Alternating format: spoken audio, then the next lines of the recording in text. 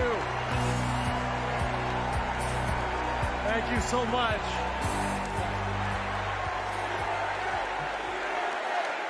Thank you.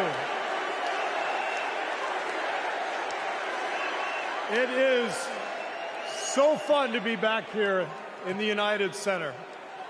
And as you guys know, a lot of good stuff has happened in this building, especially in the 90s. You young people, Google Michael Jordan and you can read all about it, okay? So there was an amazing vibe in this building back in those days, and I feel that same winning spirit here tonight. So the last time I was in a packed basketball arena was in Paris, France. 9 days ago, some of the best players on earth, 12 incredible American men, came together to win Olympic gold. And the next night, I was back in that same building watching 12 more of the best players on earth, our incredible American women, do the same thing. And I cannot think of a better metaphor for what this country is all about than the way Team USA came together at the Olympics. We had players from across our wonderful country, players who have trained and fought relentlessly, shed tears trying to beat one another throughout their careers, joining forces to wear the red, white, and blue. And when we won, the American flag raised to the rafters, the national anthem playing, gold medals draped around the necks of our players, whose hands were held over their hearts. It was the proudest moment of my life. Thank you.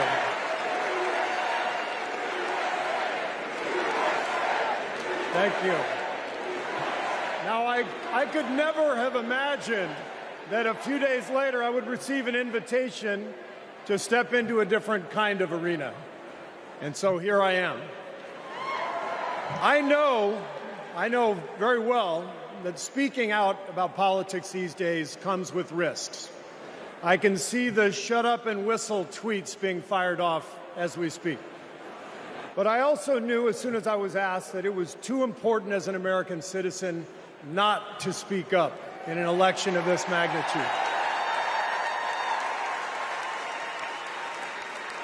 The reason I said yes to speaking here tonight is that as a coach and former player, as a husband, a son, a father, even a grandfather, and as an American, I believe in a certain kind of leadership. I believe that leaders must display dignity.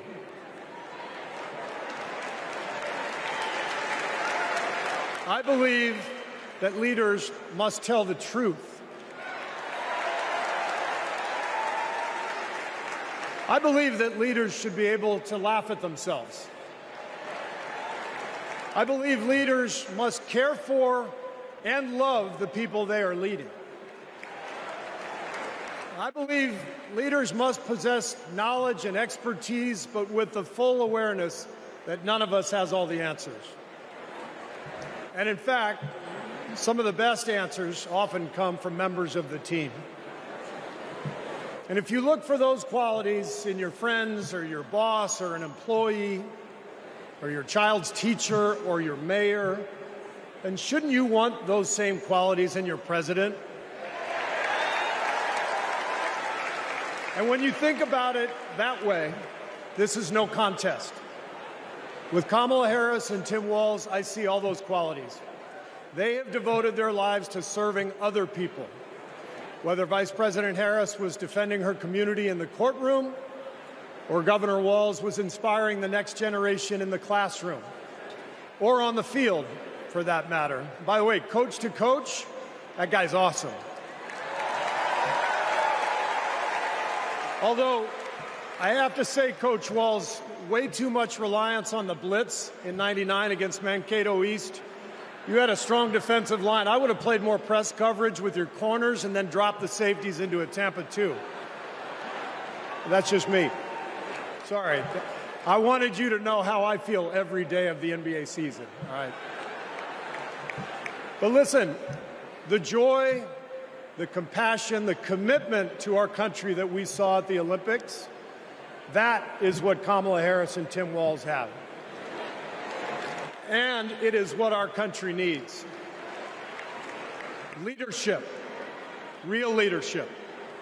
Not the kind that seeks to divide us, but the kind that recognizes and celebrates our common purpose.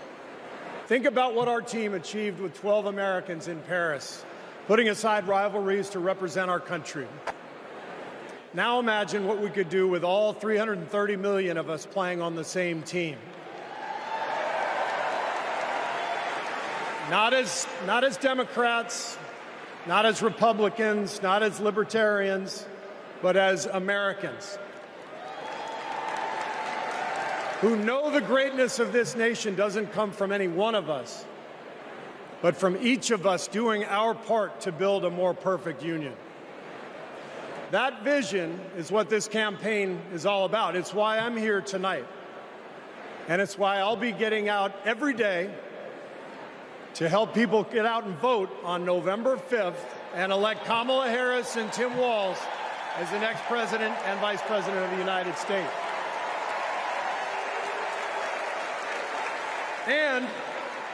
And after the results are tallied that night, we can, in the words of the great Steph Curry, we can tell Donald Trump, night, night. Thank you.